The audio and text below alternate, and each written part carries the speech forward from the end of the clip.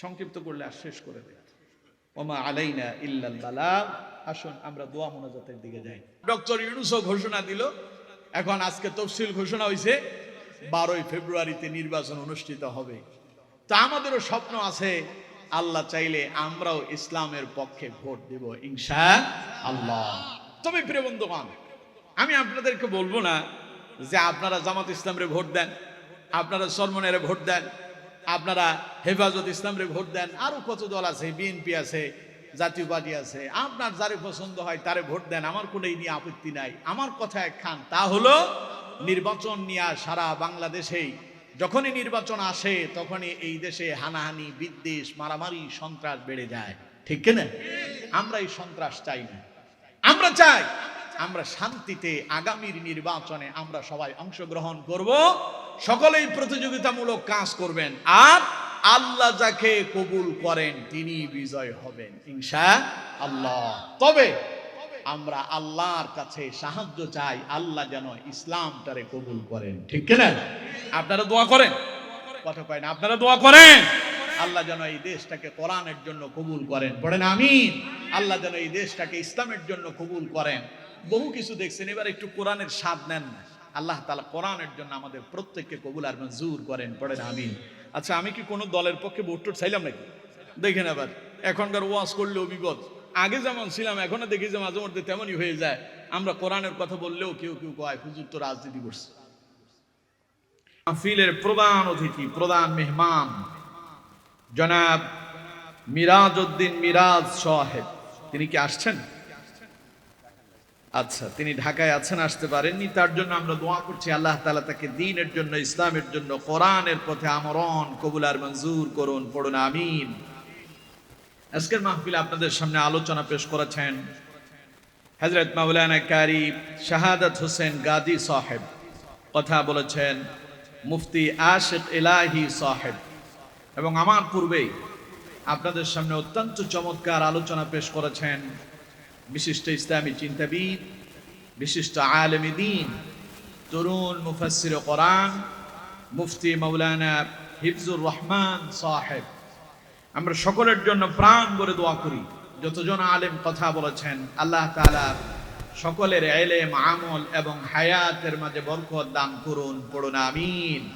তিনারা যা বলেছেন, আপনারা যা শুনেছেন, আল্লাহ পাক প্রত্যেকটা কথার উপর আমাদের সকলকে বাস্তব জীবনে আমল করার তৌফিক দান করুন, পড়ুন আমিন। মঞ্চ ভূমিষ্ঠ হযরত উলামায়ে কেরাম, আমার সামনে উপস্থিত দূর দূরান্ত থেকে আগত কোরআন প্রেমিক, ইসলাম প্রেমিক মুসল্লিয়ানে কেরাম, মুরব্বিয়ানে ইজাম, যুবক ভাইরা, পর্দার অন্তরালের সম্মানিতা, শ্রদ্ধেয়া, সর্বগুণে গুণান্বিতা মুমিনা মা এবং বোনেরা, আলোচনার সূচনা লগ্নেতা আনুষ্ঠানিকতার মধ্য দিয়ে আমি আবারও আপনাদেরকে অন্তরের অন্তঃস্থল থেকে সালাম নিবেদন করছি। আসসালামু আলাইকুম ওয়া রাহমাতুল্লাহি ওয়া বারাকাতুহু। আমরা মহান আল্লাহ সুবহানাহু ওয়া তাআলার দরবারে মস্তক অবনত চিত্তে সুজুদ পেশ করছি, যিনি বিশাল আকাশ এবং বিস্তীর্ণ এই জমিনের মালিক, যিনি সাগর মহাসাগরের মালিক, যিনি কুল কায়নাতের মালিক, যিনি জান্নাত জাহান্নামের মালিক, যিনি আরশ আযীমের মালিক। সে আমাদের রব, আমাদের মুনিব, আমাদের স্রষ্টা, যিনি আমাদেরকে হাজারো ব্যস্ততা, হাজারো ব্যাকুলতা থেকে বিরত করে, অসংখ্য অগণিত মানুষের ভেতর থেকে আমাদেরকে বাছাই করে আজকের কোরআন কারীমের ময়দানে আসার বসার, আমাকে আল্লাহ পাকের পবিত্র কোরআন, বিশ্ব নবী রাসূল করিম সাল্লাল্লাহু আলাইহি ওয়াসাল্লামের হাদিস থেকে কিছু কথা বলার আর আপনাদেরকে শোনার জন্য তৌফিক এনায়েত করেছেন। এজন্য মহান মুনিবের প্রতি অন্তরের অন্তঃস্থল থেকে শুকর গুজার হচ্ছি। সকলেই মুহাব্বতের সাথে উচ্চ আওয়াজে পড়ছি আলহামদুলিল্লাহ। আর একটু মুহাব্বতের সাথে পড়েন আলহামদুলিল্লাহ। পড়ুন রব্বানা লাকাল হামদ। হামদান কাসীরান তাইয়িবান মুবারাকান ফীহি ইয়া রাব্বি লাকাল হামদু কামা ইয়ানবাগী লিজালালি ওয়াজহিকা ওয়া আযীমি সুলতানিক। পড়ুন আলহামদুলিল্লাহ। আমরা আমাদের মনিবের শেখানো ভাষায় তার প্রশংসা আদায় করে নিয়েছি। সম্মানিত বন্ধুগণ, প্রিয় ভাই সাহেব, আজকের এই মাহফিল হওয়াতে আপনারা খুশি না বেজার? কম না বেশি? আপনাদের উপস্থিতি বলতেছে আপনারা অত খুশি হইতে পারেন নাই। রাত হয়ে গেছে না? কিছুই হয় নাই, মাত্র 10টা বাজে। আমার বন্ধুগণ, প্রিয় ভাই সাহেব, আমি আপনি আমরা কেউ যদি এই মুহূর্তে ইন্তেকাল করি, রাত কি বেশি হলো, ঠান্ডা কি বেশি লাগতেছে না কম লাগতেছে তা দেখা হবে না। দামি খাট থেকে আপনাকে মাটিতে শোয়া দেওয়া হবে। আপনি মারা গেলেন কিংবা আমি মারা গেলাম, মৃত্যুর পরে আমার জন্য আপনার জন্য অপেক্ষা করা হবে না। আপনি মারা যান, আপনার সন্তান দ্রুত কত তাড়াতাড়ি আপনার কবরস্থ করা যায় সেই চিন্তায় ব্যস্ত হয়ে যাবে। স্ত্রী বলবে স্বামীকে তাড়াতাড়ি বের করো, সন্তান বলবে তাড়াতাড়ি দাফন করো। তার মানে দুনিয়া থেকে যখনই আপনি শেষ নিঃশ্বাস ত্যাগ করবেন, কত তাড়াতাড়ি আপনাকে আপনার নিজ বাসস্থান তথা কবরস্থানে রেখে আসবে তার প্রতিযোগিতা শুরু হয়ে যাবে। আপনার জন্য অপেক্ষা করা হবে না যে ঠান্ডা পড়তেছে, এই যে কবরের ভিতরে রাখলে ঠান্ডা লাগবে, এই অপেক্ষা কেউ করবে? আহা, আমার বন্ধুগণ, সুতরাং সেই মৃত্যু আমাদের সকলের জন্য অনিবার্য। সামনে সেই মৃত্যু আমাদের অপেক্ষমান। কখন যে কার মৃত্যু আসে কেউই আমরা বলতে পারি না, ঠিক কিনা? অনেকে বলে হুজুর মাহফিল কি আর এলাকায় কম হয়? প্রতি পাড়া মহল্লায় এখন মাহফিল, তাই লোকজন আর আসতে চায় না। আমি বলি দৈনিক নামাজ কয় ওয়াক্ত ভাই? তো 5 ওয়াক্ত মসজিদে মুসল্লি আছে? আছে? জুমার দিন গোটা মসজিদ ভরপুর মুসল্লি। একই দিনে আসরের নামাজে মুসল্লি হয় এক কাতার। যে মসজিদে 500 মুসল্লি ছিল সেই মসজিদে মুসল্লি হয়ে গেল 100। এখন প্রশ্ন হলো, মসজিদে তো 5 ওয়াক্ত নামাজ প্রতিদিন চলে, তাই মনে হয় মুসল্লিরা চিন্তা করে মসজিদে প্রতিদিন 5 বার নামাজ হয়, যাই আমাদের কি লাভ, তাই আমরা নামাজ পড়বো না, এরকম নাকি? তো কোরআনের মাহফিল যত হবে ততই তো আমাদের জন্য মঙ্গল, কল্যাণময়। কোরআন শুনলে সওয়াব আছে না গুনাহ আছে? সবাই বলেন সওয়াব না গুনাহ?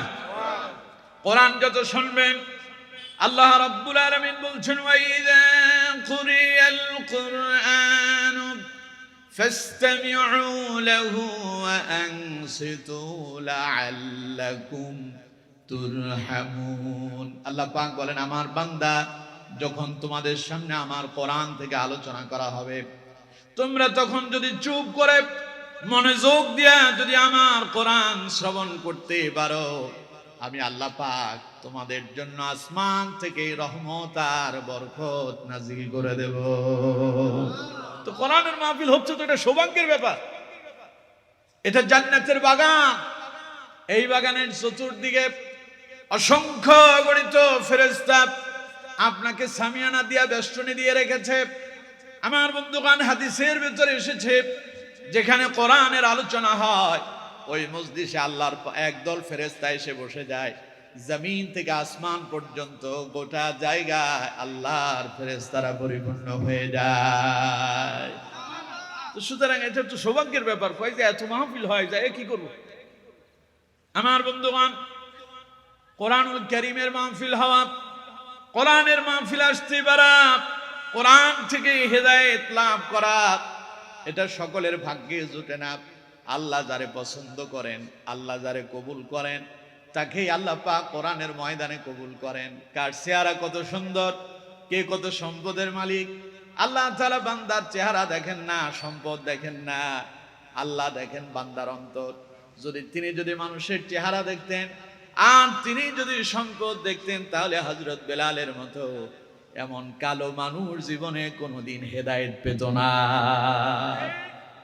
অথচ আমার বন্ধুগণ, হযরত বেলাল ছিলেন একজন কালো মানুষ, গোলাম ছিলেন, কৃতদাস ছিলেন। না তার কোনো বাড়ি ছিল, না তার কোনো গাড়ি ছিল, না তিনি কোনো সুন্দর মানুষ ছিলেন।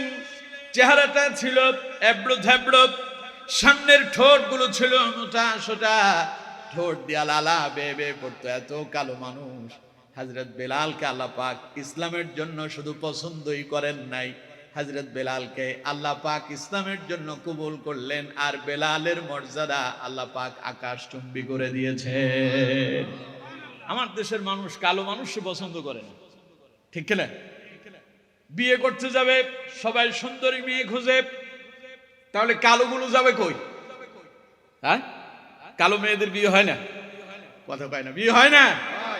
এই কালোদেরকে আল্লাহ পাক কারো না কারো চোখে বানায় দিয়েছেন ভালো। আপনার পছন্দ হয় না, কিন্তু দেখা যায় আল্লাহর আরেক বান্দা ওই কালো মেয়েটার বিয়ে করতেছে। তার মানে তার চোখে সে কালো নয়, বরং তার চোখে সে সুন্দর। হযরত বেলাল যদিও কালো ছিলেন, আল্লাহর চোখে হযরত বেলাল ছিলেন এত সুন্দর। হযরত বেলালের চরিত্র, হযরত বেলালের অন্তরের ভালোবাসা, দিলের মোহাব্বত আল্লাহর সঙ্গে লেগেছে বলে আল্লাহ পাক হযরত বেলালের মর্যাদা এত বাড়ায়া দিলেন। নবীজি যখন মেরাজে গিয়েছেন, বুখারীর বর্ণনা, রাসূল করিম সাল্লাল্লাহু আলাইহি ওয়াসাল্লাম বলছেন, হযরত জিবরাইলের সাথে আমি জান্নাত ভ্রমণ করছিলাম। আমার কাছে মনে হলো যেন আমার সামনে দিয়ে কেউ একজন হেঁটে হেঁটে চলে যায়।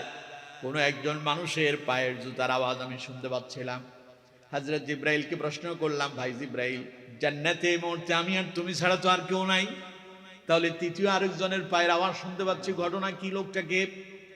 হযরত জিবরাইল বললেন, ইয়া রাসূলুল্লাহ সাল্লাল্লাহু আলাইহি ওয়াসাল্লাম, হুজুর তিনি আর কেউ নন, তিনি আপনার মুয়াজ্জিন, সেই কালো সাহাবী হযরত বেলাল রাদিয়াল্লাহু তাআলা আনহু। পড়েন সুবহানাল্লাহ। মানুষটা কালো কিন্তু মর্যাদা কি কম? এখনো যখন আমরা হযরত বেলালের নাম নিই, সম্মানের সাথে না অসম্মানের সাথে? হযরত বেলালের নাম শুনলে আমরা বলি রাদিয়াল্লাহু তাআলা আনহু, হে আল্লাহ তাআলা আপনি তার উপর সন্তুষ্ট হয়ে যান। পড়েন সুবহানাল্লাহ। এই মর্যাদা কে দিয়েছেন? চেহারা দেখে, সম্পদ দেখে? সুতরাং কোরআনের ময়দানে সবাই আসতে পারবেন না।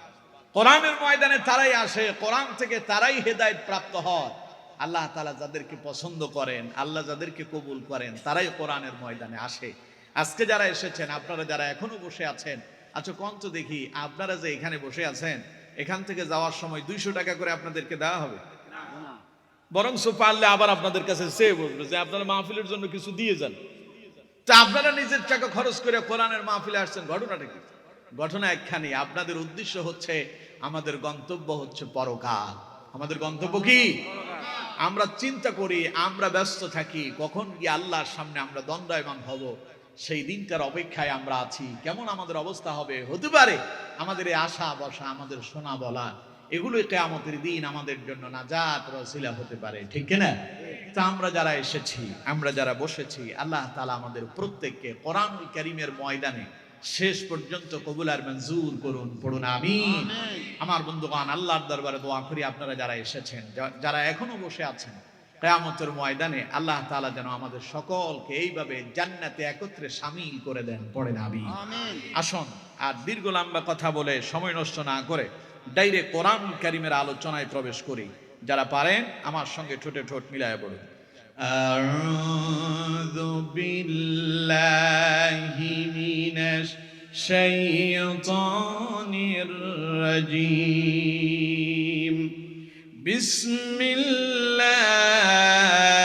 বিসমিল্লাহির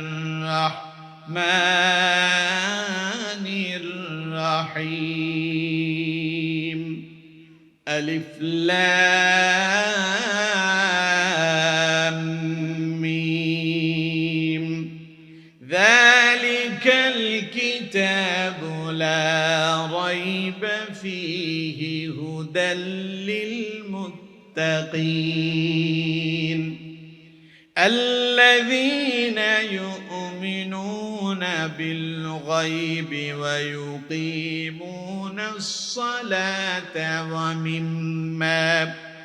ومما رزقناهم ينفقون والذين يؤمنون بما أنزل إليك وما أنزل من قبلك وبالآخرة هم يوقنون أولئك على هدى من ربهم وأولئك هم المفلحون صدق الله العظيم সম্মানিত বন্ধুগণ, প্রিয় ভাই সাহেব, যে সূরা থেকে তিলাওয়াত করেছি সূরাটি আপনারা অনেকেই সূরার সঙ্গে পরিচিত। সূরার নাম কি কোন তো দেখি? সূরাতুল বাকারা। বাকারা অর্থ হলো গাবি। কোরআনুল কারীমে আল্লাহ তাআলা গাবির নামে সূরা দিয়া কোরআনের মর্যাদা কমায় দিল? কথা কয় না কমায় দিল, বরং কোরআনে আল্লাহ তাআলা এই গাবির নামে সূরা দিয়া তার মর্যাদাই বাড়ায় দিয়েছে। সুবহানাল্লাহ। কোরআন হচ্ছে এমন এক কিতাব, আল্লাহ তাআলা বলছেন ওয়ানাজ্জালনা আলাইকাল কিতাবা তিবয়ানাল লিকুল্লি শাই। কোরআনে এমন কোনো কথা নাই যা আমি আল্লাহ তাআলা উল্লেখ করি নাই। প্রত্যেকটা বস্তু, প্রত্যেকটা বিষয় নিয়ে, মানব জীবনের প্রতি অধ্যায় নিয়ে আল্লাহ রাব্বুল আলামিন কোরআনুল কারীমে আলোচনা করেছেন। আপনার পারিবারিক জীবন কেমন হবে, আপনার দাম্পত্য জীবন কেমন হবে, আপনার সামাজিক জীবন কেমন হবে, আপনার রাষ্ট্রীয় জীবন কেমন হবে, কোরআনে এমন কোনো কথা নাই যেই কথা আল্লাহ রাব্বুল আলামিন উল্লেখ করেন নাই। দুর্ভাগ্য এই জায়গায় আমরা কোরআনটারে শুধু মসজিদে মানি আর কোরআনটারে অন্য জায়গায় মানতে পারি না, ঠিক কিনা? আমাদের মনে একখান ভয়, কোরআন দিয়ে যেহেতু মসজিদ চলে, খালি কোরআনটা মসজিদেই থাকুক, এটা দিয়ে আমাদের রাষ্ট্র পরিচালনার প্রয়োজন নাই। এই জন্য স্বাধীনতার 54 বছরে রাষ্ট্রের কোনো পরিবর্তনও নাই, ঠিক কিনা? এই যে একখান কথা আছে, কয় যেই লাউ সেই কদু। লাউ যেটা, কদুও সেটা, টাঙানো যেটা, লটকানো সেটা, যেই কপাল সেই মাথা। আমরা এখন অবস্থা হলো আমাদের এমন, বসে বসে নিজের কপালটা নিজেই হাতায়। আমরা চিন্তা করি স্বাধীনতার 54 বছরে মালয়েশিয়া স্বাধীন হলো, তারা কত দূর এগিয়ে গেল, কিন্তু আমার দেশে খালি দুর্নীতি হলো। ঘটনা কি? এই দেশের দুর্নীতি বন্ধ হয় না কেন? যেই দেশের 90% মুসলমান বসবাস করে সেই দেশের দুর্নীতি কেন বন্ধ হয় না? বন্ধ হবে কি করে? আমরা তো কোরআন দিয়ে আমাদের জীবন রাষ্ট্র পরিচালনা করি না, ঠিক কিনা?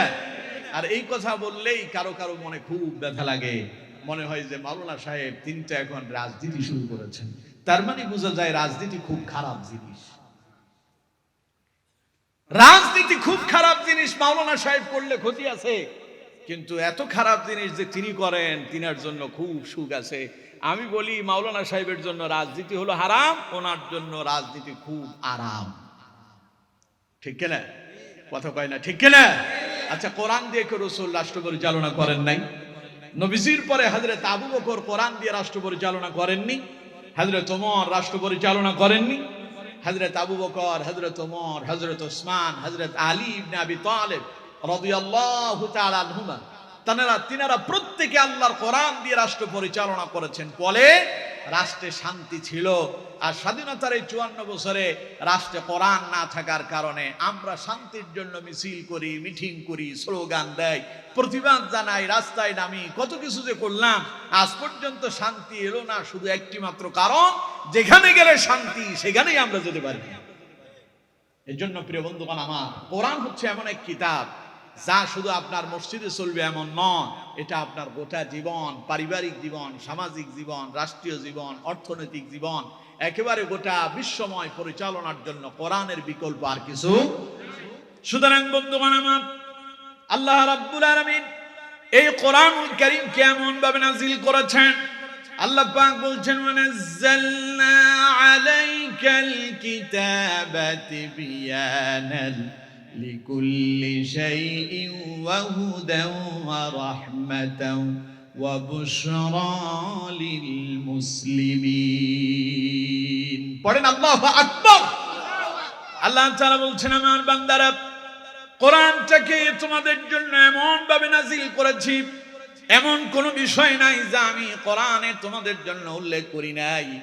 এর জন্য আমার বন্ধুগণ, রাসূল কারীম সাল্লাল্লাহু আলাইহি ওয়াসাল্লাম জীবনের শেষ সময় বিশ্বনবী যখন শেষ ভাষণ দিলেন, বিদায় হজের ভাষণ, প্রায় 1 লক্ষের উপরে নবীজির সামনে তার সাহাবীরা দণ্ডায়মান ছিলেন। শেষ ভাষণে রাসূলুল্লাহ বক্তব্য রীতি টানতে গিয়া নবীজি বললেন, আমার সাহাবীরা শোনব, এই পৃথিবীতে যত নবীরা এসেছেন সব নবীরা বিদায় নিয়েছেন, আমিও থাকতে আসিনি, আমি একদিন চলে যাব। শুনে রাখো আমার উম্মতেরা, শুনে রাখো আমার সাহাবীরা, আমি চলে যাচ্ছি, কিন্তু তোমাদের জন্য 2টা জিনিস রেখে গেলাম। এই 2টা জিনিসে যদি তোমরা যদি শক্ত করে মজবুত ভাবে যদি আঁকড়িয়ে ধরতে পারো, রাসূলুল্লাহ বললেন তোমরা জীবনে আর কোনোদিন পথভ্রষ্ট হবে না। পড়েন আল্লাহু আকবার। সেই 2টো জিনিস কি?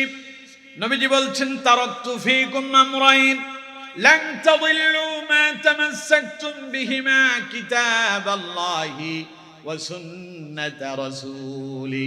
নবীজি বলেন, সেই 2টো জিনিসের একটি হলো আল্লাহর কোরআন, আল্লাহর কিতাব, আরেকটি হলো আমি রাসূলুল্লাহর সুন্নাহ। আল্লাহর কোরআন আর রাসূলুল্লাহর সুন্নাহ যদি অনুসরণ করা যায়, রাসূলুল্লাহ বললেন জীবনে কোনোদিন পথভ্রষ্ট হবে না, পথহারা হবে না। এই কোরআন তোমাদেরকে দুনিয়াও শান্তি দিবে, আর পরকালে তোমাদেরকে জাহান্নাম থেকে মুক্তি দিয়া জান্নাতের মেহমান বানায়া দিবে। আরো জোরে বলেন না সুবহানাল্লাহ। সুতরাং কোরআন হলো এবং রাসূলুল্লাহর সুন্নাহ হলো আমাদের জীবন ব্যবস্থা। এই দুটোকে যদি আঁকড়িয়ে ধরা যায়, জীবনে কখনো পথ হারা হবেন না, পথভ্রষ্ট হবেন না, আপনি পথ থেকে লাঞ্ছিত হয়ে যাবেন না। আল্লাহ তাআলা সঠিক পথে আপনাকে ডাইরেক্ট জান্নাত পর্যন্ত পৌঁছায়া দেবেন। সুতরাং বন্ধুগণ আমার, তাহলে কোরআন হচ্ছে এমন এক কিতাব যেখানে কোনো কথাই আল্লাহ তাআলা বাদ দেন নাই, সব কথাগুলো কোরআনে আল্লাহ পাক মানুষের জন্য ঢুকিয়ে দিয়েছেন। তাহলে আজকে যেই সূরা থেকে তিলাওয়াত করলাম, সূরার নাম সূরাতুল বাকারা। আল্লাহ তাআলা গাবিন নামে সূরা দিয়েছেন। সূরাটি নবী করিম সাল্লাল্লাহু আলাইহি ওয়াসাল্লামের মদিনার জিন্দেগিতে অবতীর্ণ হয়েছে বিদায় এটাকে মাদানী সূরা বলা হয়। এই সূরাতে টোটাল আয়াত আছে 286টি। আমি আপনাদের সামনে তিলাওয়াত করেছি প্রথম 5টি আয়াত। যথারীতি আমরা এই 5টি আয়াতে কারিমার উপরে আজকে আলোচনা শুনব ইনশাআল্লাহ। ওয়া মা তাওফীকি ইল্লা বিল্লাহ সুবহানাকা লা ইলমা লানা ইল্লা মা আল্লামতানা ইন্নাকা আনতাল আলিমুল হাকীম।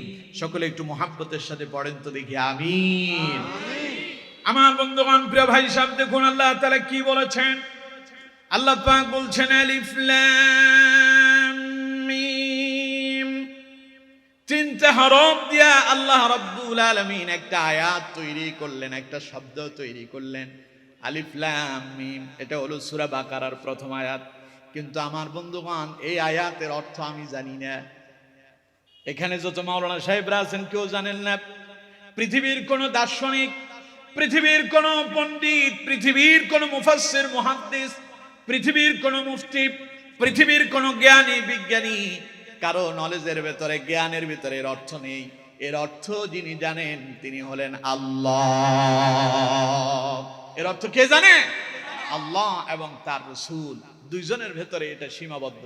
পৃথিবীর কেউ এর অর্থ জানে না। তার মানে আল্লাহ তাআলা কোরআনুল কারীমকে এমন ভাবে শুরু করলেন, পৃথিবীর মানুষের কাছে কোরআন দিয়ে আল্লাহ তাআলা একটা চ্যালেঞ্জ করেছেন। ও পৃথিবীর মানুষেরা, আমার কোরআন নিয়ে যদি তোমাদের কোনো ধরনের সংশয় আর সন্দেহ থেকে থাকে, তাহলে কোরআনুল কারীমের সব জায়গার সব অর্থ তোমরা বের করেছো। যদি পারো, 3টা হরফ দিয়ে আমি একটা আয়াত তৈরি করলাম, একটা শব্দ তৈরি করেছি। যদি তোমার বাপের ক্ষমতা থাকে, এর অর্থ বের করে দেখাও। দেখাতে পারবে কেউ? तमाम পৃথিবীর সমস্ত মুফাসসির, মুহাদ্দিস, মুফতি, কারি, জ্ঞানী বিজ্ঞানী সকলের জবানে আল্লাহ রাব্বুল আলামিন তালা মেরে দিলেন। এর জবাব কেউ দিতে পারবে না, এর অর্থ কেউ বের করতে পারবে না। তার মানে বোঝা যায় এই কোরআন দুনিয়ার কোনো মানুষের বানানো কিতাব নয়। কন্ত দেখি, কোরআন যিনি নাজিল করেছেন, যিনি তৈরি করেছেন, এই কোরআনের রচয়িতা যিনি, তার নাম কি? আরো জোরে কোন, তার নাম কি? সে আল্লাহ রাব্বুল আলামিন শুরু করলেন আলিফ লাম মিম দিয়া। तमाम পৃথিবীর মানুষের জবানগুলো তিনি বন্ধ করে দিলেন। কেউ এর জবাব দিতে পারল না। সবাই থ হয়ে গেল, চুপ মেরে গেল। এবার আল্লাহ রাব্বুল আলামিন তার কোরআন সম্পর্কে বলছেন, যালিকাল কিতাবু লা রাইবা ফীহি হুদাল লিল মুত্তাকিন। ও দুনিয়ার মানুষরা, আলিফ লাম মিমের অর্থ যেহেতু বের করতে পারো নাই, জেনে নাও আমার এই কোরআন কোন সাধারণ কোন কিতাব নয়। যালিকাল কিতাব, এটা হলো সেই কিতাব, লা রাইবা ফি, যাতে কোনো সন্দেহ নাই। পড়েন সুবহানাল্লাহ। যারা মুফাসসির আছেন, মুহাদ্দিস আছেন, মাওলানা সাহেবরা যারা আছেন, তারা বুঝতে পারবেন আল্লাহ তাআলা বললেন যালিকাল কিতাব, যালিকা মানে ওই অথবা সেই। আর আল্লাহ যদি বলতেন হাযাল কিতাব, তার মানে এই কিতাব। আল্লাহ আলোচনা করতেছেন কোন কিতাব নিয়ে? কোন তো এই কিতাব নিয়ে, কোরআন নিয়ে। আল্লাহ তাআলা আলোচনা করছেন এই কোরআন নিয়ে, কিন্তু বললেন যালিকাল কিতাব, আল্লাহ বললেন সেই কিতাব, লা রাইবা ফি, এই সেই কিতাব যাতে কোনো সন্দেহ নাই। তার মানে বোঝা যায় যে কোরআন নিয়ে আল্লাহ রাব্বুল আলামিন আলোচনা করছেন, এই কোরআন নিয়ে ইতিপূর্বে আলোচনা হয়েছিল, যার কারণে তিনি মানুষদেরকে স্মরণ করায় দিচ্ছেন যালিকাল কিতাব, এটা হলো সেই কিতাব, লা রাইবা ফি, যাতে কোনো সন্দেহ নাই, সংশয় নাই, যাতে কোনো ভুল নাই। বলেন সুবহানাল্লাহ। এবার আমরা একটু ইতিহাসের দিকে তাকাই। আল্লাহ যে বললেন যালিকাল কিতাব, এটা হলো সেই কিতাব। সেই কিতাব বলে আল্লাহ তাআলা কোন কিতাবের কথা বলেছেন? আমার বন্ধুগণ, আল্লাহ রাব্বুল আলামিন সেই কিতাবের কথাই বলছেন, বাল হুয়া কুরআনুম মাজিদুম ফি লাউহিম মাহফুজ। পড়েন আল্লাহু আকবার। এটা হলো সেই কিতাব যেটা লাউহে মাহফুজে আছে। সুবহানাল্লাহ কয় না কে? এই কোরআনের এক খণ্ড মূল কপি পৃথিবীর মানুষের কাছে আসে নাই, এটা হলো ফটোকপি। মূল কপিটা কার কাছে? লাউহে মাহফুজের ভেতরে তিনি সংরক্ষণ করে রেখেছেন। আল্লাহ তাআলা বলছেন এটা তো সেই কিতাব, সেই কিতাব লাউহে মাহফুজের ভেতরে আমি আল্লাহ পাক সংরক্ষিত করে রেখেছি। সেই কিতাব দুনিয়ার মানুষরা আমি আল্লাহ তোমাদেরকে দিয়েছি। সুবহানাল্লাহ। এখন প্রশ্ন হলো, সেই কিতাব নিয়ে কেন আলোচনা করতে হলো? লা রাইবা ফি, এতে কোনো ভুল নাই, সন্দেহ নাই, এই কথা বলার কারণ কি?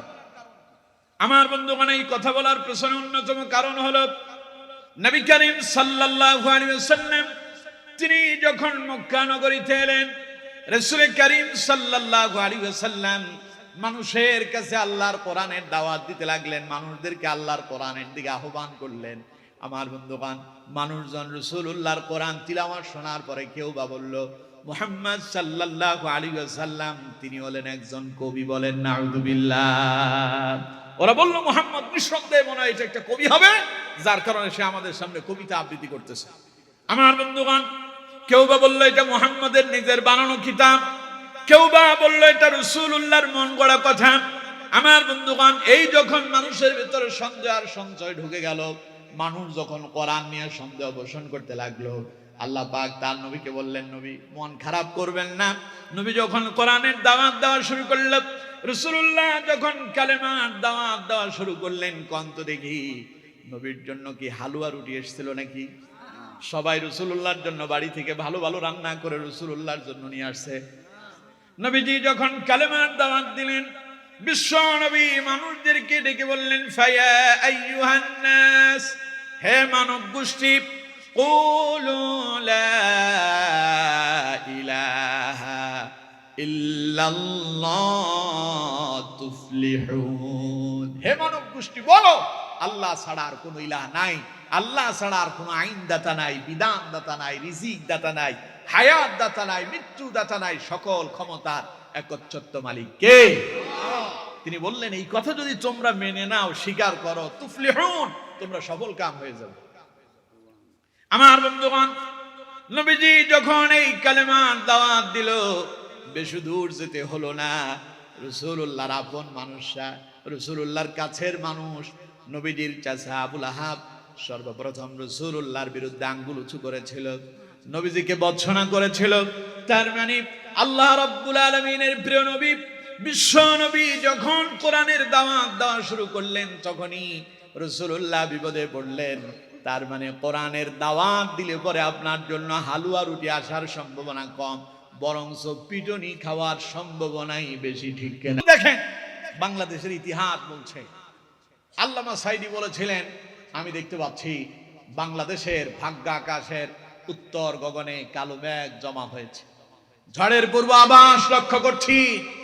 যদি সক্ষম ভাবে মোকাবেলা করতে না পারো, এমন গাঢ় কালো অমাবস্যার রাত আসতে পারে যার শুভে সাদেক হওয়া সম্ভব। ঠিক কিনা? এই কথা দ্বারা তিনি কি বুঝালেন? তিনি এই কথা দ্বারা পৃথিবীর তথা বাঙালি মুসলিম জনতাকে একটা মেসেজ দিয়েছেন, সামনে একটা সময় আসতেছে ইসলাম নিয়ে বেঁচে থাকা, টিকে থাকা তোমাদের জন্য অনেক কঠিন হয়ে যাবে। আল্লামা সাঈদীর এই ভবিষ্যৎবাণী কিছুদিন পরে বাংলার জনগণ দেখেছে কিভাবে সত্য রূপান্তরিত হয়েছিল। আলেমরা কোরআনের হক কথা বলতে পারেনি। আলেমরা কোরআনের হক কথা যেখানেই বলেছে, মসজিদে ইমাম সাহেব কোরআনের হক কথা বলার কারণে তার চাকরি চলে গিয়েছে। মাদ্রাসার মাওলানা সাহেব কোরআনের পক্ষে কাজ করার কারণে তার দায়িত্ব থেকে তার অব্যাহতি দেওয়া হয়েছে। কোরআনের মাহফিলে আলেমরা কোরআনের হক কথা বলার কারণে কোরআনের মঞ্চেই তাদেরকে লাঞ্ছিত আর অপমানিত করা হয়েছে। কোরআনের হক কথা বলার কারণে জীবনের 50 বছর যিনি আল্লাহর কোরআনের দাওয়াত দিলেন, হাজারের অধিক অমুসলিম যার হাতে হাত রেখে কালেমা পড়ে মুসলমান হলো, যার আলোচনা শুনে বেনামাজি নামাজি হলো, বেঈমান আল্লাহওয়ালাতে পরিণত হলো, সন্ত্রাস ভালো মানুষই রূপান্তরিত হয়ে গেল, সুদখোর সুদ ছেড়ে দিল, জানাকার জানা ছেড়ে দিয়া তাওবা করে ভালো মানুষ হয়ে গেল। সে আমাদের কোরআনের পাখি আল্লামা সাঈদীকে তারা মিথ্যা মামলা দিয়া জেলখানায় বন্দী করেছিল। ঠিক কিনা? তাদের উদ্দেশ্য ছিল কোরআনকে নিভায়া দেওয়া, কোরআনকে স্তব্ধ করে দেওয়া। ওরা মনে করছিল যদি সাঈদী গ্রেফতার হয়ে যায়, এই বাংলাদেশে আর কোরআনের কথা বলবে কে? কে মানুষ আসবে? কোথা থেকে আসবে? কার কথা শুনবে? কিন্তু আমার বন্ধুগণ, কোরআন হলো এমন এক কিতাব, এটার ভেতরে আল্লাহ পাক এমন এক মধু ঢেলে দিয়েছেন। এই কোরআন আপনি মসজিদের ইমাম সাহেব, আপনাদের জনতা বাজার কেন্দ্রীয় মসজিদের ইমাম সাহেবের তিলাওয়াত, ইশারের নামাজ যারা তার পেছনে পড়েছেন, তার পেছনে কোরআন তিলাওয়াত শুনে একরকম মজা পেয়েছেন। আপনারা চলে যান আপনাদের সোনাপুর বাজার কেন্দ্রীয় জামে মসজিদের ইমাম সাহেবের পেছনে নামাজে দাঁড়ায় যান, তিনি তিলাওয়াত করবেন তো ভিন্ন রকমের মজা পাবেন। আপনারা চলে যান মাইজদি কোর্ট বিল্ডিং জামে মসজিদে, সেখানকার ইমাম সাহেব যখন কোরআন তিলাওয়াত করবে ভিন্ন রকমের মজা পাবেন। আমার আগে যিনি আলোচনা করলেন তার আলোচনায় কোরআন তিলাওয়াতের ভিন্ন রকমের মজা ছিল। আমি তিলাওয়াত করলাম, আমার তিলাওয়াত আপনাদের কাছে অন্যরকম মজা লেগেছে। তার মানে কোরআন হলো এমন এক কিতাব, রাসূলুল্লাহ বলেছেন যায়িনুল কুরআন বিআসওয়াতিকুম, কোরআনকে যত সুন্দর করে পড়া হয় কোরআনের সৌন্দর্য তত বেড়ে যায়। আর মানুষ যখন কোরআনের কথা শুনতে থাকে তার দিলের মোহাব্বত আর অন্তরের ভালোবাসা কোরআনের সাথে লেগে যায়। সুবহানাল্লাহ। আল্লাহ তাআলা বলছেন ওয়াইদা তুলিয়াত আলাইহিম আয়াতুহু যাদাতহুম ঈমানা, মুমিনরা যখন কোরআন শুনে তখন মুমিনদের ঈমান তাজা হয়ে যায়। সুবহানাল্লাহ। আমার বন্ধুগণ, তারা চেয়েছিল কোরআনের আলো নিভা দিবে, বাংলাদেশ থেকে ইসলামকে মুছে দেওয়ার ষড়যন্ত্র করল। 16টা বছর মানুষ কষ্ট করেছে, মুখ ফুটে সেই কথা বলতে পারে নাই। রিকশায় উঠেছে, বাজারে যাবে, কথা বলতে পারে নাই ভয়ে, না জানি আমার পাশের লোকটা কোন ওই দলের লোক নাকি, ভয়ে কথা বলতে পারে নাই। মানুষ তার বুক চেপে রেখেছিল, কথা ভেতরে ধরে রেখেছিল, কথা বলতে পারে নাই। কিন্তু আমার বন্ধুগণ, এই দিন নয়, এমন একটা সময় এলো যারা আল্লাহর কোরআনের কথাই বাধা দিল, আজ তারাই বাংলাদেশে আসতে বাধা প্রাপ্ত হলো। ওরাই পালিয়ে যেতে বাধ্য হয়েছে। আল্লাহর কোরআন মুছে যায়নি, ইসলামী আন্দোলন মুছে যায়নি, আলেমরা মুছে যায়নি, আলেমরা এই দেশ ছেড়ে পালিয়ে যায়নি। কোরআন আছে, ইসলাম আছে, আলেমরা আছে, আমরা আছি। আগামীর বাংলাদেশ আল্লাহর কোরআনের বাংলাদেশ হবে ইনশাআল্লাহ। সেই কোরআনের বাংলাদেশ দেখার জন্য আপনারা সবাই তৈরি আছেন? সবাই বলেন তৈরি আছে? সুতরাং কোরআন এমন এক জিনিস, এটাকে নিভায় দেওয়া যায় না। এটা যারা নিভাতে চায় বরং এটা আরো আলোকিত হয়ে যায়। সুবহানাল্লাহ। আমার বন্ধুগণ, যেই দেশে কোরআন নিষিদ্ধ করার জন্য, ইসলাম নিষিদ্ধ করার জন্য আলেমদেরকে জেলখানায় বন্দী করা হয়েছিল, আজ সেই দেশেই মানুষের মুখে মুখে একখান কথা, আলেমরা যদি ঐক্য হতে পারে আমরাও আছি আলেমদের সাথে, ঠিক না? সবাই বলছে হুজুর আপনারা কেন এত দলাদলি করেন, আপনারা এখন না, তাইলে আমরা আপনাদের সাথে আছি। এখন আলেমরা ঐক্য হয়েছে, পড়েন আলহামদুলিল্লাহ, আরো জোরে কোন আলহামদুলিল্লাহ। আজ তো তফসিল ঘোষণা হয়েছে, আগামী 2026 12ই ফেব্রুয়ারি আল্লাহ চাইলে নির্বাচন অনুষ্ঠিত হবে। 16 বছর অনেকেই ভোট দিতে পারেন নাই, আমিও পারি নাই আপনাদের মতো, আমি একই নৌকার মাঝি। আমি ভোট দিতে গেলাম, কেন্দ্রে গেলাম, আমারে বললো যে হুজুর আপনি চলে যান। আমি বললাম যে কেন? কয় যে আপনার ভোট আমরা দিয়ে দিছি, আপনি কষ্ট করে ভোট দিয়ে না। তো আমার বন্ধুগণ, এই যে আমাদের একখান স্বপ্ন, জীবনে একটা ভোট আমরা প্রয়োগ করব, এই আশা আমরা বুকে লালন করতেছি। আর ডক্টর ইউনূসও ঘোষণা দিল, এখন আজকে তফসিল ঘোষণা হয়েছে, 12ই ফেব্রুয়ারিতে নির্বাচন অনুষ্ঠিত হবে। তা আমাদেরও স্বপ্ন আছে, আল্লাহ চাইলে আমরাও ইসলামের পক্ষে ভোট দেব ইনশাআল্লাহ। তবে প্রিয় বন্ধুগণ, আমি আপনাদেরকে বলবো না যে আপনারা জামাত ইসলামরে ভোট দেন, আপনারা চরমনাইরে ভোট দেন, আপনারা হেফাজত ইসলামরে ভোট দেন, আরো কত দল আছে, বিএনপি আছে, জাতীয় পার্টি আছে, আপনার যারে পছন্দ হয় তারে ভোট দেন, আমার কোনো এই নিয়ে আপত্তি নাই। আমার কথা একখান, তা হলো নির্বাচন নিয়ে সারা বাংলাদেশেই যখনই নির্বাচন আসে তখনই এই দেশে হানাহানি, বিদ্বেষ, মারামারি, সন্ত্রাস বেড়ে যায়, ঠিক কিনা? আমরা এই সন্ত্রাস চাই না, আমরা চাই আমরা শান্তিতে আগামীর নির্বাচনে আমরা সবাই অংশগ্রহণ করব, সকলেই প্রতিযোগিতামূলক কাজ করবেন, আর আল্লাহ যাকে কবুল করেন তিনি বিজয় হবেন ইনশাআল্লাহ। তবে আমরা আল্লাহর কাছে সাহায্য চাই, আল্লাহ যেন ইসলামটারে কবুল করেন, ঠিক কিনা? আপনারা দোয়া করেন, কথা কয় না, আপনারা দোয়া করেন আল্লাহ যেন এই দেশটাকে কোরআনের জন্য কবুল করেন, পড়েন আমিন। আল্লাহ যেন এই দেশটাকে ইসলামের জন্য কবুল করেন। বহু কিছু দেখছেন, এবার একটু কোরআনের স্বাদ নেন না, আল্লাহ তাআলা কোরআনের জন্য আমাদের প্রত্যেককে কবুল আর মঞ্জুর করেন, পড়েন আমিন। আচ্ছা, আমি কি কোনো দলের পক্ষে ভোট টোট চাইলাম নাকি? দেখেন আবার এখনকার ওয়াজ করলেও বিপদ, আগে যেমন ছিলাম এখনো দেখি যে মাঝে মধ্যে তেমনই হয়ে যায়। আমরা কোরআনের কথা বললেও কেউ কেউ কয় হুজুর তো রাজনীতি করছে। প্রিয়বন্ধুগণ, তো সুতরাং আশা করি আপনারা বুঝতে পেরেছেন আমার কথা। কোরআনের বিপক্ষে যারাই অবস্থান নিয়েছে তারাই কিন্তু নাস্তানাবুদ হয়েছে, আর কোরআনের পক্ষে যারা গিয়েছে আল্লাহ তাদেরকে শ্রেষ্ঠ মর্যাদাশীল বানিয়ে দিয়েছেন, ঠিক কিনা? রাসূল করিম সাল্লাল্লাহু আলাইহি ওয়াসাল্লাম কালেমার দাওয়াত দিলেন, নবীজি বললেন ফায়া আইয়ুহান নাস, হে মানব গোষ্ঠী, কুলু লা ইলাহা ইল্লাল্লাহ, বলো আল্লাহ ছাড়া আর কোনো ইলাহ নাই, আল্লাহ ছাড়া আর কোনো আইন দাতা নাই, বিধান দাতা নাই, রিজিক দাতা নাই, হায়াত দাতা নাই, মৃত্যু দাতা নাই, সকল ক্ষমতার একচ্ছত্র মালিক যিনি, চিল্লায় বলেন তো তার নাম কি? আল্লাহ পাক বলছেন, আমার নবী দাওয়াত দিল, ও মানুষরা বলো আল্লাহ ছাড়া আর কোনো ইলাহ নাই। তুফলিহুন, যদি স্বীকার করো সফল কাম হবে। কাফেররা রাসূলুল্লাহরে পাগল বলল, মাজনুন বলল, সিহরুম মুবিন বলেছে, স্পষ্ট জাদুকর বলেছে, রাসূলুল্লাহকে তারা কাজ্জাব বলেছে, মিথ্যাবাদী বলেছে। আমার বন্ধুগণ, এত কথা বলার পরও নবীজির যখন মন খারাপ, আল্লাহ তাআলা তার নবীর বললেন, নবী মন খারাপ করবেন না, কাফেররা আপনারে পাগল বলে, ওরা আপনারে জাদুকর বলে, ওরা আপনারে মিথ্যাবাদী বলে, বিশ্বাস করেন আপনি মিথ্যাবাদী নন, আপনি জাদুকর নন, আপনি কাজ্জাব নন। ও আমার নবী, ওয়া ইন্নাকা লাআলা খুলুকিন আযীম, নবী আমি তো আপনাকে করেছি এক মহান চরিত্রের অধিকারী, আপনার মতো এমন চরিত্রবান ব্যক্তি আমার আসমানের নিচে জমিনের উপরে আরেকজন নাই, পড়েন আল্লাহু আকবার। আমার বন্ধুগণ, কাফেররা রাসূলুল্লাহর কোরআনের দাওয়াত কি বলতেছে? মিথ্যা কথা, নবীজির বানানো কথা। আল্লাহ পাক তার নবীকে সান্ত্বনা দিয়ে বললেন, নবী মন খারাপ করবেন না, হতাশ হয়ে যাবেন না, কাফেরদের কথায় আপনি মন খারাপ করবেন না।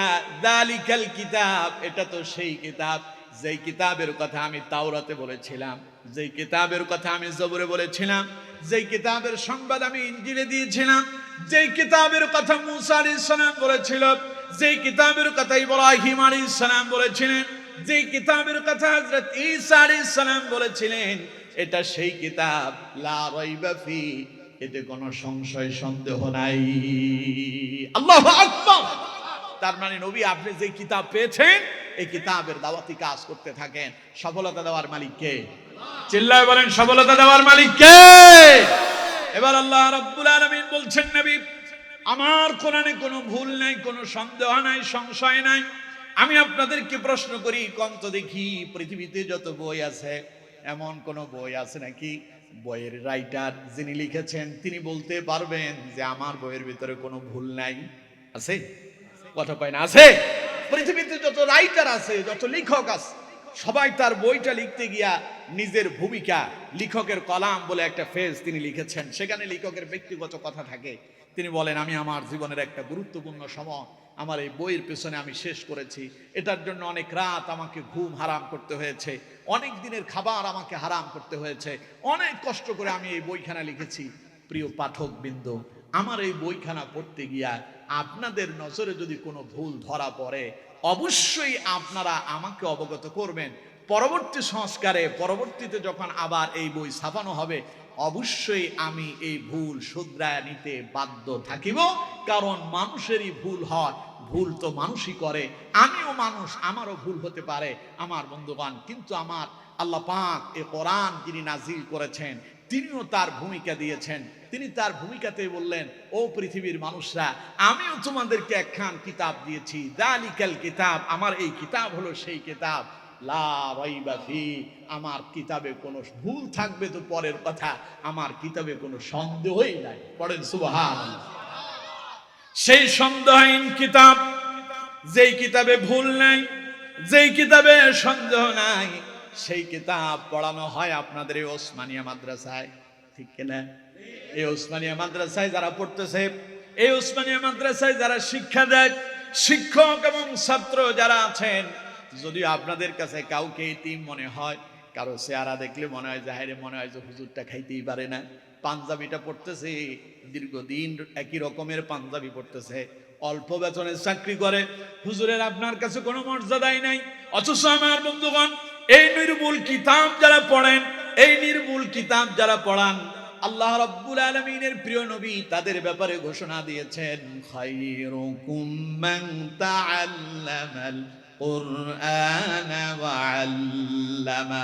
ও দুনিয়ার মানুষরা, তোমাদের কাছে মনে হয় একজন ডাক্তার মনে হয় শ্রেষ্ঠ মানুষ, তোমরা কেউ বলতেছো বিজ্ঞানী মনে হয় শ্রেষ্ঠ মানুষ, তোমরা মনে করো জজ সাহেব মনে হয় শ্রেষ্ঠ মানুষ, তোমরা মনে করতেছো কেউ যদি সাংবাদিক হয় সে মনে হয় শ্রেষ্ঠ মানুষ, তোমাদের কাছে মনে হয় চেয়ারম্যান মনে হয় শ্রেষ্ঠ মানুষ, তোমাদের কাছে মনে হয় এমপি সাহেব মনে হয় শ্রেষ্ঠ মানুষ, তোমাদের কাছে মনে হয় চেয়ারম্যান মনে হয় শ্রেষ্ঠ মানুষ। আল্লাহ নবী বলছেন, ও দুনিয়ার মানুষরা, পৃথিবীর শ্রেষ্ঠ মানুষ হলেন সেই ব্যক্তি, খায়রুকুম মান তাআল্লামাল কুরআন ওয়া আল্লামা, যে আল্লাহর কোরআন শিখে এবং আল্লাহর কোরআন যারা শিখায়, রাসূলুল্লাহ বললেন পৃথিবীতে শ্রেষ্ঠ মানুষ হলো তারা। সুবহানাল্লাহ। এখন যে আপনারা এই কোরআন শুনতে আসছেন, আমি আপনাদের সামনে বলছি, আপনারা শুনছেন, রাসূলুল্লাহর হাদিসের ভাষায় আমরা এখন শ্রেষ্ঠ মানুষ। সুবহানাল্লাহ। সুতরাং বন্ধুগণ আমার, এই নির্মূল কিতাবের সাথে যাদের সম্পর্ক হয়ে যাবে, আল্লাহ পাক বলেন তাদের মর্যাদাও বেড়ে যাবে। এই কোরআনের সঙ্গে সম্পর্ক একখান রিয়ালের, অল্প টাকা দাম তার, 50 টাকা 100 টাকা দিয়ে রিয়াল পাওয়া যায়। এই কোরআনের সাথে সম্পর্ক একখান জুলদানের, 50 টাকা 100 টাকার কাপড়, এই জুলদান দিয়া কোরআনটারে পেছানো হয়েছে। এই জুলদান কোরআন থেকে খুলতে গিয়া যদি আপনার হাত থেকে মাটিতে পড়ে যায় অনাকাঙ্ক্ষিত ভাবে, ইচ্ছাকৃত নয়, ভুলে পড়ে গেল, আমার বন্ধুবান, ওই ভুলে পড়ে যাওয়া কোরআনের সেই গিলাপে লাথি মেরেছেন কেউ, এরকম আছেন নাকি? হাত তুলেন। হাত থেকে অনাকাঙ্ক্ষিত ভাবে পড়ে গেল, কোরআনের গিলাপটা হাত থেকে পড়ে যাওয়ার সঙ্গে সঙ্গে মুহাব্বতের সাথে কোরআনের গিলাপটা হাতে নেন, মুখে নিয়ে চুমু খান, বুকে লাগান, কপালে লাগান, অথচ দাম মাত্র 50 টাকা 100 টাকা। গায়ের জামাটা ঈদের দিন কিনেছেন 5000 টাকা দিয়া, এই জামা গায়ে দেওয়ার পরে 5 মাস যাওয়ার পরে জামা আপনার হাত থেকে পড়ে গেল, জামার বিভিন্ন জায়গায় ময়লা হয়েছে, এই ময়লা জামা দিয়ে আপনি আপনার ঘরের ফ্লোর মোছেন, আপনার ঘরের হাড়ি পাতিল ধরেন, আপনার ঘরের আবর্জনা পরিষ্কার করেন, কিন্তু আমার বন্ধুগণ আল্লাহর কোরআন 5 বছর পর্যন্ত কোরআনের সঙ্গে যে গিলাপ লেগে গেল, ওই গিলাপ যদি হাত থেকে পড়ে যায়, আল্লাহর কোরআনের সঙ্গে লেগে যাওয়ার কারণে গিলাপের দাম এত বেড়ে যায়। 50 টাকা দামের ওই গিলাপটা ময়লা আবর্জনা ধোয়া হয় নাই, অপরিষ্কার, এইরকম জুলদানেও বারবার মানুষ চুমু খায় আর আল্লাহর কাছে বলে, আল্লাহ ইচ্ছাকৃত করি নাই, অনাকাঙ্ক্ষিত ভাবে হয়ে গেল, দয়া করে আল্লাহ তুমি আমারে মাফ করে দাও। এই হলো কোরআনের মর্যাদা। একখান রিয়াল যার উপরে কোরআন রেখেছেন, অনাকাঙ্ক্ষিত ভাবে পায়ের সঙ্গে রিহান লেগে গেল, ইচ্ছাকৃত নন, কতবার চুমু খান, কতবার বুকে লাগান, মাথায় লাগান, তার মানে বোঝা যায় আল্লাহর কোরআনের সঙ্গে যার সম্পর্ক হয় তার মর্যাদা কখনো কমে না, বরং তার মর্যাদা বহুগুণে বেড়ে যায়। আল্লাহু আকবার। যারা এই কোরআন মুখস্থ করবে, এই কোরআনের সঙ্গে যাদের সম্পর্ক হয়ে যাবে, কোরআনে যা হালাল বলা হয়েছে, যা হারাম বলা হয়েছে, হালালকে হালাল মেনে যারা গ্রহণ করবে, হারামকে হারাম মেনে যারা বর্জন করবে, কিয়ামতের দিন আল্লাহ শুধু তাদেরকে জান্নাতে দেবেন না, বরং তিনি তাদেরকে আরো 10 জনের জন্য সুপারিশ করার অনুমতি দিয়ে দেবেন। রাসূল করিম সাল্লাল্লাহু আলাইহি ওয়াসাল্লাম বলছেন, মান ক্বারাআল কুরআন ফাস্তাযহারাহু ফাআহাল্লা হালালাহু ওয়া হাররামা হারামাহু আদখালাহু আল্লাহুল জান্নাহ ওয়া শাফা'আহু ফি 'আশরাতিন মিন আহলি বাইতিহি কুল্লুহুম قد وجبت لهم النار। পড়েন আল্লাহু আকবার। আল্লাহ তাআলার প্রিয় নবী শোনায় দিচ্ছেন, মান ক্বারাআল কুরআন ফাস্তাযহারাহু, যে ব্যক্তি আল্লাহর কোরআন পড়লো, কোরআনকে যারা মুখস্থ করলো, হৃদয়ঙ্গম করলো, অন্তরের ভিতরে ধারণ করলো, তার মানে যিনি কোরআনের হাফেজ হলেন। ফাহাল্লা হালালাহু, কোরআনে যা হালাল বলা হয়েছে তা হালাল মেনে নিজের জীবনে তা গ্রহণ করলো। ওয়া হাররামা হারামাহু, কোরআনে যা হারাম বলা হয়েছে হারাম জেনে যারা বর্জন করলো, আদখালাহুল্লাহুল জান্নাহ, আল্লাহ পাক কিয়ামতের দিন তারে জান্নাতে প্রবেশ করায় দেবেন। ওয়া শাফা'আহু, তাকে সুপারিশ করার অনুমতি দেওয়া হবে, ফি 'আশরাতিন, 10 জনের জন্য, মিন আহলি বাইতিহি, তার আহাল পরিজন থেকে, এমন 10 জন, কুল্লুহুম কদ ওয়াজাবাত লাহুন নার, যাদেরকে চিরস্থায়ী মোহর মেরে দেওয়া হয়েছে, এরা জীবনেই জান্নাতে যাবে না, এমন 10 জনকে সুপারিশ করে কোরআনের হাফেজ আল্লাহ জান্নাতে নিয়ে যাবে। সুবহানাল্লাহ। কেউ কেউ আমার দেশে দেখবেন কয় যে জান্নাতের টিকিট নাকি বিক্রি হচ্ছে, যে অমুক দল জান্নাতের টিকিট বিক্রি করে। আচ্ছা, এখন যে আপনাদেরকে শোনালাম এটাও তো জান্নাতের টিকিটের মতো, ঠিক কিনা? আল্লাহ ঘোষণা দিচ্ছেন, রাসূলুল্লাহ ঘোষণা দিচ্ছেন, কোরআনের পক্ষে আসো, কোরআন পড়ো, কোরআন দিয়ে জীবন যাপন করো, এই কোরআন তোমার জান্নাতে নিয়ে যাবে। কোন দল নেবে না, না জামাত নেবে, না হেফাজত নেবে, না সর্বনাই নেবে, না বিএনপি নেবে, না আওয়ামী লীগ নেবে, কোন দল আপনার জান্নাতে নিতে পারবে না। জান্নাতে আপনাকে নেবে আল্লাহর কোরআন। সে আল্লাহর কোরআনের পক্ষে যদি থাকতে পারেন, আল্লাহর কোরআনের জন্য যদি জীবন পরিচালনা করতে পারেন, এই কোরআন আপনাকে জান্নাত পর্যন্ত পৌঁছায় দেবে। আমার বন্ধুগণ, চলে যান, তিনি তো বস, তার পরবর্তী কর্মচারী যারা আছে ওদের নাম ধরে ধরে ডাকে, এই সলিমউদ্দিন, কলিমউদ্দিন, আব্দুল্লাহ, আব্দুর রহমান, এদিকে আস, ফাইলটা দেখো, এই কাম কেন করছো, এইভাবে কেন হয়েছে। কিন্তু ইমাম সাহেবরে যখন ডাক দেন, নাম ধরে ডাকেন না, ইমাম সাহেব, খতিব সাহেব, হাফেজ সাহেব, মুয়াজ্জিন সাহেব, এই যে নাম না ধরে ডাকা, তার মানে এটা হলো কোরআন সম্পর্কের কারণে তার মর্যাদা বেড়ে দেওয়া। সুবহানাল্লাহ। 5000 টাকা বেতন সভাপতি সাহেব বেতন দেন মাওলানা সাহেবরে, সভাপতি মাওলানা সাহেবের চাইতে উঁচু হওয়ার কথা যিনি বেতন দেন, কিন্তু সভাপতি জানেন মাওলানা সাহেবের কাছে, ইমামের কাছে কোরআন আছে, কারণ তার কাছে ইমামের কাছে কোরআন আছে, সভাপতির কাছে কোরআন নাই। এই জন্য সভাপতি 50,000, 1 লক্ষ টাকা বেতন পেলেও 5,000 টাকার ইমামের কাছে আসলে সালাম দেয়, তার মানে মাওলানা সাহেব বেতন আপনার কম হতে পারে, সম্মান আপনার অনেক উঁচু, কারণ আপনার সাথে কোরআন আছে। এই জন্য আপনারে দেখলে অন্তর থেকে সালাম আসে। আল্লাহু আকবার। এই জন্য আমাদের সম্পর্ক হবে কোরআনের সাথে। পারবো ইনশাআল্লাহ? আল্লাহ তাআলা কবুল করুন, পড়ুন আমিন। তাহলে আমার বন্ধুগণ, আল্লাহ তাআলা বলছেন আলিফ লাম মিম যালিকাল কিতাবু লা রাইবা ফীহি হুদাল লিল মুত্তাকিন। আলিফ লাম মিম এগুলোকে হরফে মুকাত্তাআত বলা হয়। এগুলোর অর্থ যিনি জানেন তিনি কে? এরপরেই তিনি বললেন যালিকাল কিতাব, যে কিতাব নিয়ে এখন আলোচনা করছি এটা তো সেই কিতাব, লা রাইবা ফি, এতে তো ভুল থাকা পরের কথা, এই কিতাবে কোনো সন্দেহ পর্যন্ত নাই। সুবহানাল্লাহ।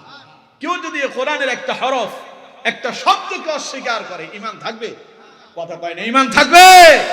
কোরআনের কোন শব্দ, কোরআনের কোন হরফ, কোরআনের একটা জের জবর বাদ দেওয়ার ক্ষমতা পৃথিবীর কারো নাই।